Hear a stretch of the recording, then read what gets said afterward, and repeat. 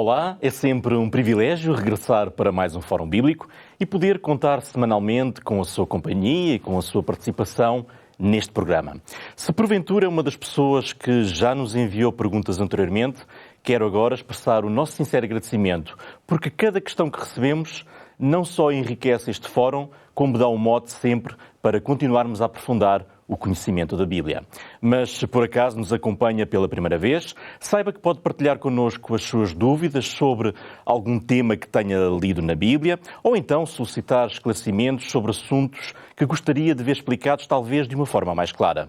Este é, na verdade, um espaço dedicado à Palavra de Deus e procuramos, dentro daquilo que é possível, ajudar a responder às suas questões num dos próximos programas, ou então, se considerarmos necessário, com a ajuda de um dos nossos instrutores bíblicos.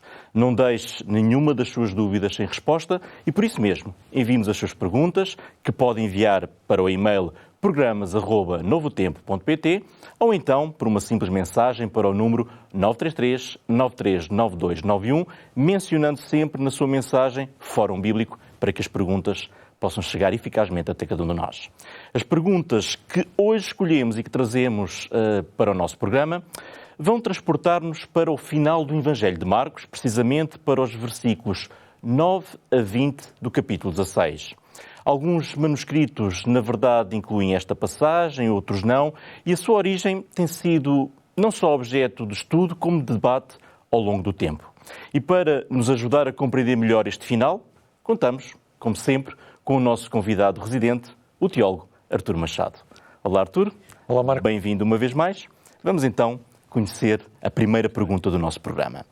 E a pergunta é a seguinte: tenho uma Bíblia de estudo e o final do Evangelho de Marcos encontra-se entre colchetes. Na nota de rodapé está assinalado que este texto não existe nos manuscritos mais aceites. O que significa isso? Será que esta passagem não deve ser tida em consideração quando lemos a Bíblia? Ora, esta pergunta é muito importante porque ela ajuda-nos a perceber, uma vez mais, como é que foi a transmissão do texto bíblico ao longo dos séculos. Quais foram as variações que essa transmissão recebeu, o que é que aconteceu nessa transmissão. Às vezes nós encontramos omissões, outras vezes nós encontramos adições ao próprio texto. E é justamente aquilo que se passa com o final do Evangelho de Marcos. Este final do Evangelho de Marcos foi sobretudo colocado em causa quando um senhor chamado Konstantin von Tischendorf, no final do século XIX, mais concretamente em 1844, no Sinai, descobriu no mosteiro de Santa Catarina aquilo que nós hoje conhecemos como o Códex Sinaiticus, ou seja, um documento que continha, portanto, uma boa parte da porção da Bíblia. E, atualmente, as edições bíblicas mais de estudo omitem realmente ou colocam entre colchetes esta parte do Evangelho, do final do Evangelho de Marcos, a partir do versículo 8, portanto, do versículo que vai do versículo 9 até ao versículo 20. E as edições críticas do Novo Testamento tentam também dar quais são os manuscritos que contêm este final, quais são os manuscritos que não o contêm. Podemos dizer que este final do Evangelho de Marcos, que vai dos versículos 9 ao 20, aparece em 95% dos manuscritos. A maior parte das vezes eles vêm com comentários críticos e que mostram que há suspeitas quanto à credibilidade do próprio texto. Mas é curioso porque nós podemos dizer, para o final do Evangelho de Marcos, nós temos várias soluções. A solução natural, o Evangelho termina no versículo 8, embora de uma maneira abrupta, mas seria assim que ele terminaria, nós já iremos ver isso. O Evangelho termina com uma versão mais curta do que esta que está dos versículos 9 a 20. O Evangelho termina com esta versão mais longa, chamada também a versão mais longa, que compõe os versículos 9 a 20. Ou então ele também tem os versículos 9 a 20, mas dependendo dos manuscritos que nós encontramos, pode ter por ali umas variantes. Há variadíssimas possibilidades. E, por exemplo, eu mostro-vos uma, no Códex Washingtoniano, no versículo 14, quando no texto de Marcos diz, finalmente, apareceu Jesus aos 11, quando estavam à mesa, censurou-lhes a incredulidade, a dureza de coração, porque não deram crédito aos que o tinham visto já ressuscitado. Portanto, já estamos na versão longa do Evangelho de Marcos. E aparece uma outra variante que não aparece normalmente nos outros códices. E só por curiosidade. Aparece no Códex Washingtoniano. E é esta. E eles se desculparam dizendo, esta era de impiedade e incredulidade está sob o domínio de Satanás, que não permite que a verdade e o poder de Deus prevaleçam sobre as imundícias dos espíritos, ou não permite que o que jaz sobre os espíritos imundos entenda a verdade e o poder de Deus. Por isso, revela agora a tua justiça, assim disseram a Cristo. E Cristo lhes explicou. O limite de tempo do poder de Satanás está cumprido, mas outras coisas terríveis se aproximam. Pelos que pecaram, eu fui entregue à morte, para que retornem à verdade e não pequem mais, a fim de que possam herdar a glória espiritual e incorruptível da justiça que está no céu. Isto é um texto que só aparece aqui. Portanto, e que faz parte desse texto mais longo, dos versículos 9 a 20. Normalmente, o que nós aceitamos como tendo sido o final de Marcos é que o texto tenha terminado justamente no versículo 8. Há diversos manuscritos com maiúsculas. Os manuscritos vão ter nomes, vão ter formas. Há manuscritos que só têm maiúsculas, há manuscritos que só têm minúsculas. Há vários manuscritos etíopes que após o versículo 8, portanto, vários manuscritos com maiúsculas, vários manuscritos com minúsculas, entre as quais o manuscrito antigo latino chamado bubiense, vários manuscritos saídicos e boaíricos. Isto pode ser muito... enorme, é uma panóplia enorme. Têm aquilo que nós chamamos, logo a seguir ao versículo 8, um final curto, para completar o versículo 8, porque termina justamente de uma maneira abrupta. O final curto é este, que nós vamos ver agora já de seguida. Mas relataram brevemente a Pedro e aos que estavam com ele tudo quanto lhes tinha sido anunciado. E, depois disso, o próprio Jesus enviou por meio deles, do Oriente ao Ocidente, a sagrada e impressível proclamação da salvação eterna. Amém. Portanto, versão curta. Logo a seguir ao versículo 8, que é aquele que nós aceitamos que o texto termina. Pode não ter sido assim que o texto tenha terminado, mas é assim que ele está. Aparece em determinados manuscritos e, portanto, também no latino bubiense, para vos dizer que é um manuscrito latino que foi copiado de um papiro no século II, esta versão mais curta aparece. E depois há a versão mais longa, aparece também em muitos manuscritos que também atestam a sua existência. E, portanto, numa boa parte dos manuscritos, nós só temos até ao versículo 8. Portanto, no que diz respeito a manuscritos, nós temos realmente o texto a terminar no versículo 8, temos o texto a terminar nos versículos 9 a 20, temos o texto, versão curta, logo a seguir ao versículo 8, aquela que nós vimos, temos uma variante dos versículos 9 a 20 com alguma coisa que lá está inscrita apenas no Códex Washingtoniano. Temos várias possibilidades. De todas estas possibilidades, aquela que é menos satisfatória para os especialistas é realmente a versão curta. É uma variante que não tem qualquer apoio nos pais da Igreja, ou seja, não encontramos qualquer texto dos documentos dos pais da Igreja que lhe façam alusão. Ela só se encontra num único manuscrito antigo latino, que é datado do século IV ou do século V.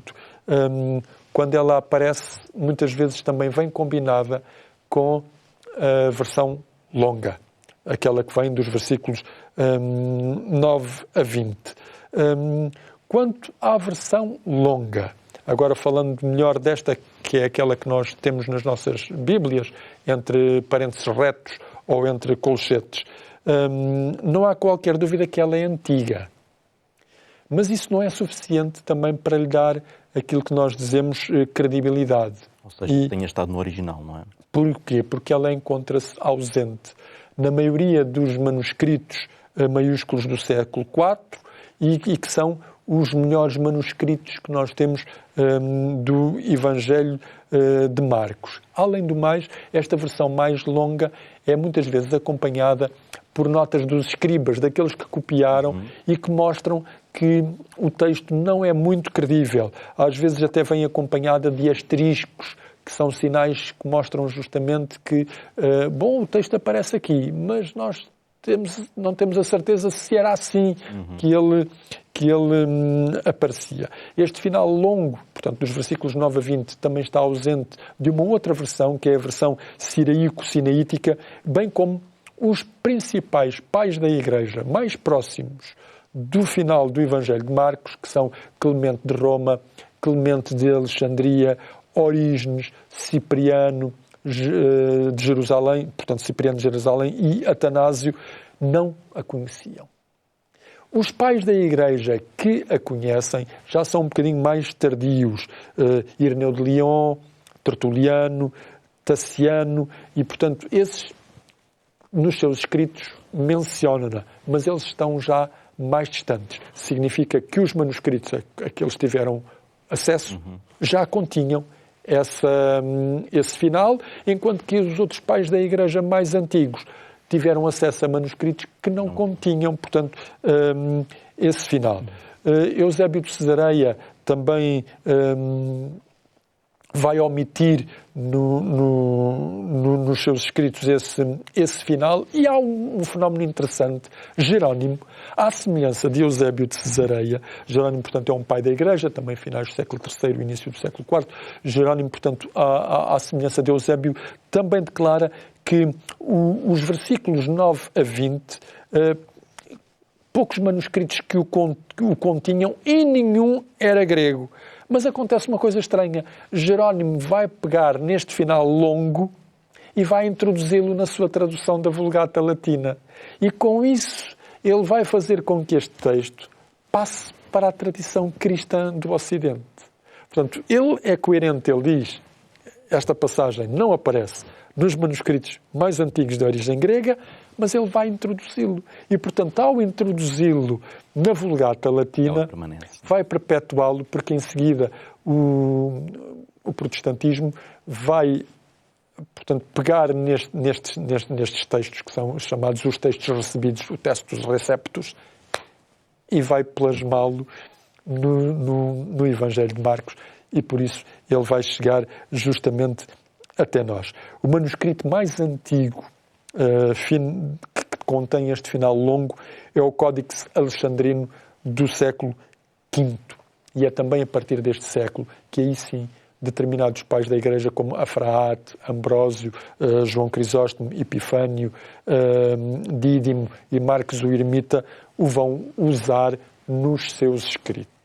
E, portanto, aqui temos, historicamente falando, aquilo que foi a evolução deste final longo que nós encontramos no texto de Marcos 16. Muito bem. Portanto, percebemos que este final pode ser lido sabendo que pode não estar num texto quase original. Certeza que não foi. Muito bem. Na segunda parte nós já vamos continuar a aprofundar e a clarificar, portanto, a compreensão deste final. Mas agora chegou o momento de lhe apresentar a oferta que temos sempre para si, que preparámos para hoje aqui no nosso programa.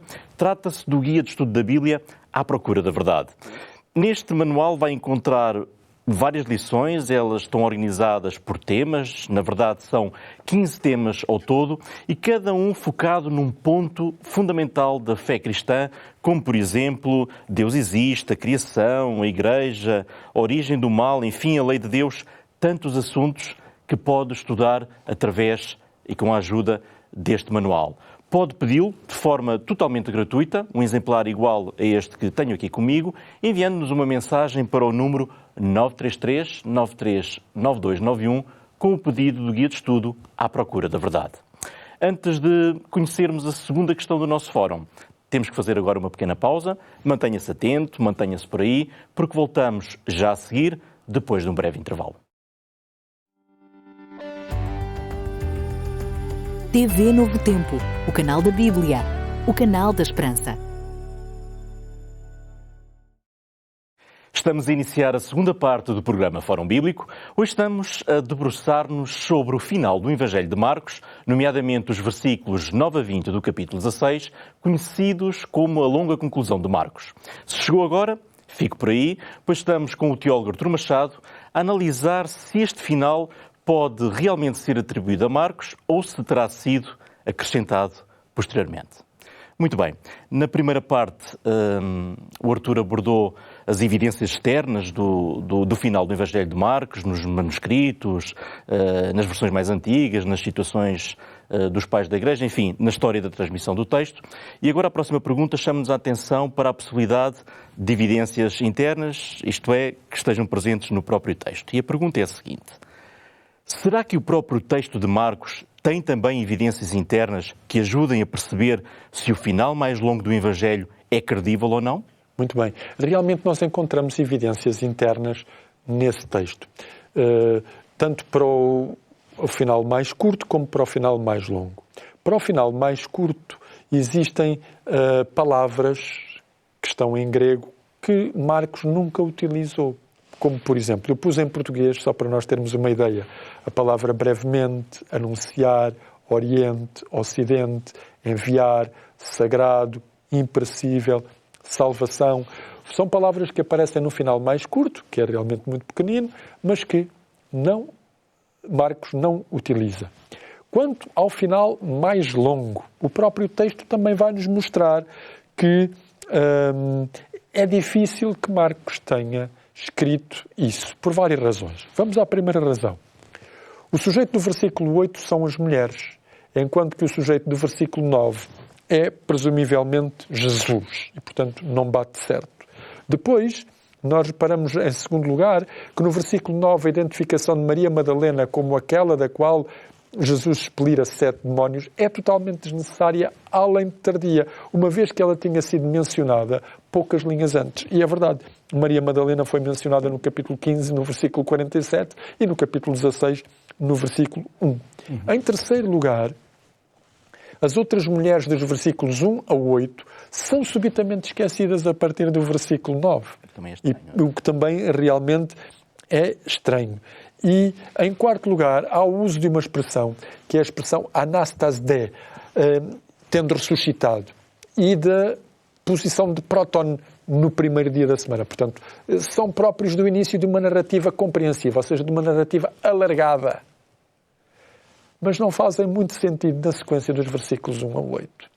E, portanto, nós temos aqui estas evidências internas, estes indícios internos que nos mostram que realmente, tanto na conclusão curta como na conclusão longa, nós percebemos que há aqui coisas que não configuram com aquilo que Marcos nos vinha habituando no seu Evangelho. E também depois há uma série de outras palavras gregas ou de verbos que são utilizados nesta versão longa, como o verbo poreuomai, que significa ir, o verbo theomai, que significa ver, apistel, que significa não crer, que realmente não fazem parte do Evangelho de Marcos. Existem ainda outras evidências que nós poderíamos aqui mencionar, como, por exemplo, dificuldades teológicas com estes versículos. Estamos a referir, portanto, aos versículos 9 a 20, especialmente com os versículos 17 e 18. Menciona-se o falar em línguas, no versículo 17, o pegar em serpentes, no versículo 18. Não têm qualquer paralelo nos Evangelhos, não fazem parte das atividades de Jesus, nem das suas promessas para os discípulos, embora, é verdade, elas constem do livro dos Atos dos Apóstolos. O mesmo acontece com a expressão do Evangelho de Marcos, já no final, que diz com o beber veneno, que é algo completamente estranho ao ensino e à prática neotestamentária como um todo. Portanto, os especialistas não têm qualquer sombra de dúvida atualmente de que tanto o final curto para o Evangelho de Marcos como este final longo não foram escritas por Marcos. Qual seria o final de Marcos?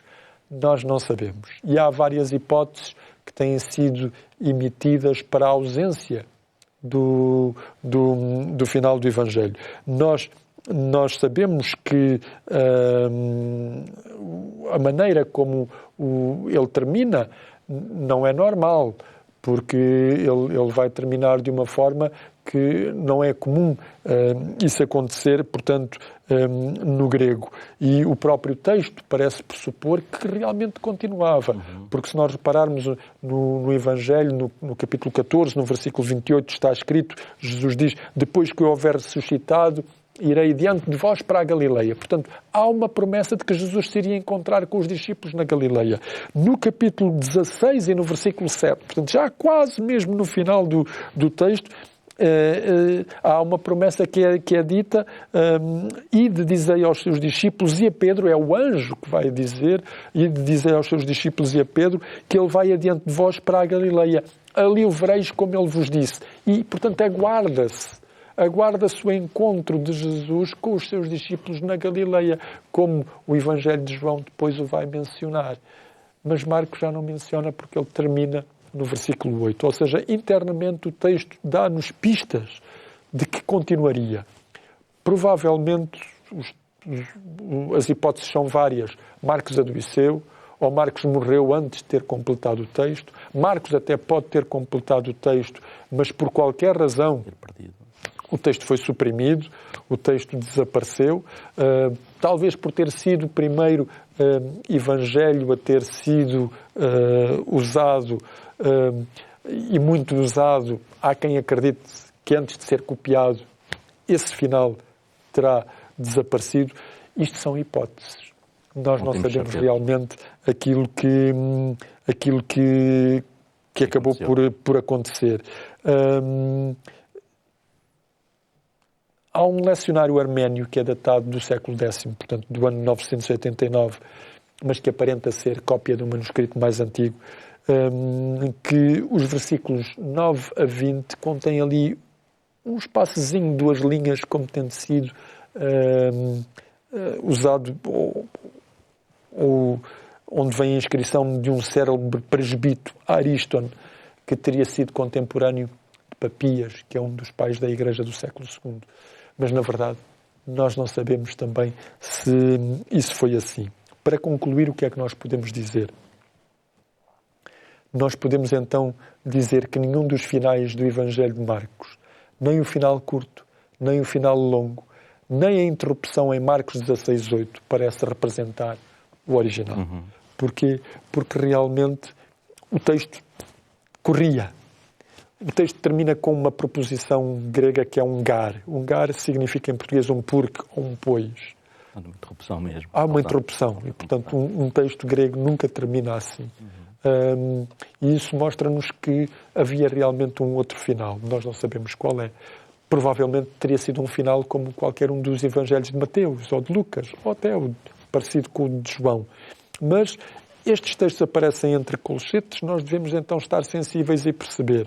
Bom, não corresponde a Marcos, agora nós já sabemos. Ele só está ali porque ele foi introduzido no texto da Vulgata Latina, aparece em muitos códices, mas é realmente aquilo que nós chamamos uma interpolação. Não faz parte daquilo que nós consideramos o texto inspirado, bíblico, que está realmente nas páginas da Bíblia. E, portanto, ao lê-lo, temos que perceber. Ele está ali, mas não devia de estar. Na verdade, não deveria de estar. Foi acrescentado ao longo dos séculos, os escribas tiveram a ocasião de o mencionar e, portanto, nós, por respeito histórico a manuscritos que o contêm, ele ali está, mas nas Bíblias de estudo, e muito bem, está entre parênteses retos, averbado, que não faz parte isso mesmo. Dos manuscritos mais aceitos. Eu ia só acrescentar, se me permite, e o nosso tempo não permite muito mais, mas que apesar de provavelmente este final ser uma adição posterior e não estar no original, a própria análise crítica dos manuscritos garante-nos também que a Bíblia é fidedigna e que preserva a sua mensagem principal. É importante salientar isto. Ou seja, todos os manuscritos antigos têm situações destas, clássicos ou bíblicos. todos às vezes têm, porque às vezes ao copiar-se, como eu mencionei no início, omite-se uma palavra, substitui-se por outra, por erro do copista, ou porque aquilo já estava meio esbatido e, portanto, confundiu-se. Isto é normal, mas a edição crítica dos textos e o detectar isto significa que o texto passa por um crivo muito exaustivo e rigoroso. Exatamente, e que não compromete a confiança que nós podemos ter no texto sagrado. Exatamente. Muito bem. Já viu que nós podemos confiar seguramente na palavra de Deus e essa certeza é demonstrada exatamente na lição número 2 do Guia de Estudo à Procura da Verdade, que hoje temos como oferta para si. Essa lição tem por título Por que devo confiar na Bíblia? E é exatamente estudando este guia, esta lição em particular, que poderá haver abordado este assunto tão importante sobre a confiabilidade e a autoridade das Sagradas Escrituras. Se ainda não o fez, peça agora mesmo um exemplar, sem qualquer custo, enviando-nos uma mensagem para o número 933-939291 a solicitar o Guia de Estudo à Procura da Verdade. Quanto a nós, esperamos continuar a merecer a sua confiança. Como sabe, existem diversos canais através dos quais pode acompanhar a emissão semanal do Fórum Bíblico, não quer demais relembrar, na televisão, pelo canal 186 da MEL, ou então online pelo YouTube da Novo Tempo Portugal. E se gosta de ouvir rádio, tem essa possibilidade através da Rádio RCS em 91.2 FM ou online em qualquer lado, através do site radiorcs.pt. Escolha o canal que melhor se adapta à sua rotina e à sua possibilidade e não perca nenhum dos episódios do Fórum Bíblico. Por agora, temos mesmo que fechar este Fórum Bíblico. Eu despeço-me de si que nos está a ver ou apenas a ouvir desse lado, e porque as suas perguntas sobre a Bíblia merecem sempre uma resposta, nós encontramos-nos já na próxima semana para alargarmos juntos o conhecimento bíblico e fortalecer a nossa fé na Palavra de Deus. Ficamos à sua espera. Até lá, fique bem.